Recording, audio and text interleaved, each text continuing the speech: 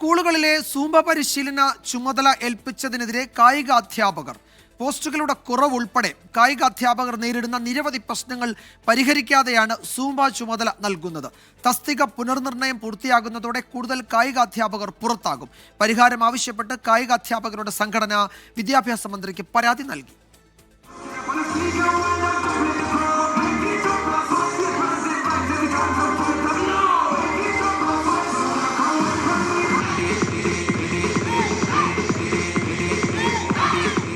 Upper primary high school വിദ്യാർത്ഥികളുടെ എണ്ണം കണക്കാക്കി മാത്രമാണ് സംസ്ഥാനത്തെ സ്കൂളുകളിൽ കായിക അധ്യാപകരെ നിശ്ചയിക്കുന്നത്.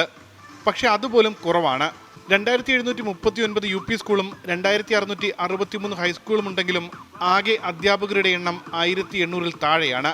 തസ്തിക നിർണയം പൂർത്തിയാകുന്നതോടെ കൂടുതൽ അധ്യാപകർ പുറത്താകും. വിദ്യാർത്ഥികളുടെ ആരോഗ്യ കായിക വിദ്യാഭ്യാസം പൂർത്തിയാക്കേണ്ടതിന് പുറമെ ഇപ്പോൾ സൂംബ പരിശീലനവും കായിക അധ്യാപകർ ചെയ്യണം.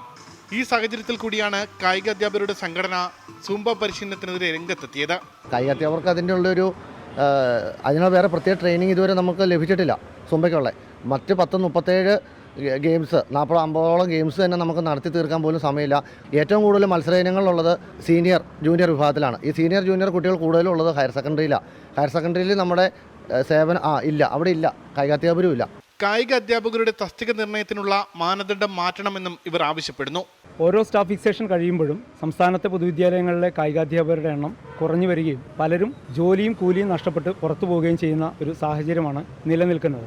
500 കുട്ടികൾ എന്നുള്ള 65 വർഷം മുന്നേ പഴക്കമുള്ള ഒരു നിയമം ഇന്നും നിലനിൽക്കുന്നതുകൊണ്ട് തന്നെ ആകെ 384 സ്കൂളുകളിൽ മാത്രമാണ് കായികാധ്യാപകർ നിലവിലുള്ളത്.